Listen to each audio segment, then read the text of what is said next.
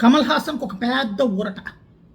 ఏదైతే తగ్ life cinema రిలీజ్కి సంబంధించినటువంటి ఫంక్షన్ సందర్భంగా తమిళ్లో నుండి పుట్టిందే కన్నడ అన్నటువంటి వ్యాఖ్యలు, అది తప్పని ఖండిస్తూ 2000 సంవత్సరాల చరిత్ర చదువుకో అంటూ కన్నడలో ఉన్నటువంటి భాషా పండితుల విమర్శలు, ఆ పైన ఇప్పటికే కన్నడ ఇష్యూ రావడం, ముఖ్యమంత్రి దగ్గర నుంచి ప్రతిపక్షం దాకా అందరూ కూడా కమల్ హాసన్ని తిట్టిపోయటం, నేను క్షమాపణలు చెప్పను అని చెప్పడం, క్షమాపణ చెప్పకపోతే సినిమా రిలీజ్ చేయమని చెప్పడం, కన్నడ ఫిలిం ఛాంబర్ ఆ సినిమాని ఆపివేయడం, దాని మీద నేను క్షమాపణ చెప్పే ఉద్దేశం లేదు, నేనే తప్పు చేయలేదు, కన్నడ వాళ్ళ మీద నాకు ప్రేమ ఉంది, కానీ చరిత్ర చెప్పాను అని చెప్తూ మొండిగా నిలబడటం, తెర చూస్తే ఆ సినిమా తమిళ్లో కూడా ఆశించింది జరగలేదు. అట్లాంటి భావోద్వేగం సృష్టి ద్వారా ఏదో ₹4 ఎక్కువ సంపాదించుకోవచ్చు, సినిమాని బాగా చూస్తారనుకున్నారు, కానీ వర్కౌట్ అయినట్టు కనిపించట్లేదు.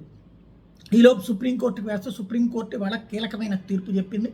సినిమాని కర్ణాటకలో ఆపడానికి వీల్లేదు, రిలీజ్ చేసి తీరాల్సిందేనని చెప్పింది. అయితే ఈ సందర్భంగా తలెత్తినటువంటి ప్రశ్నలకి, అంటే మేము సినిమా చూడమని జనానికి చెప్పట్లా, కానీ ఎవడో దాడులు చేస్తాడన్న పేరుతో సినిమాలను ఆపేయడం కుదరదు.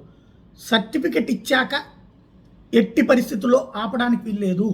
జాతీయ సర్టిఫికెట్ వచ్చిన తర్వాత సెన్సార్ సర్టిఫికెట్ అన్నాక దాన్ని ఆపడాన్ని మేము అంగీకరించమని తేల్చి చెప్పింది. తద్వారా కమల్కి ఊరటే, కానీ కన్నడ వాళ్ళు మరి ఇంత ఉద్వేగం తర్వాత ఆ సినిమా చూస్తారా?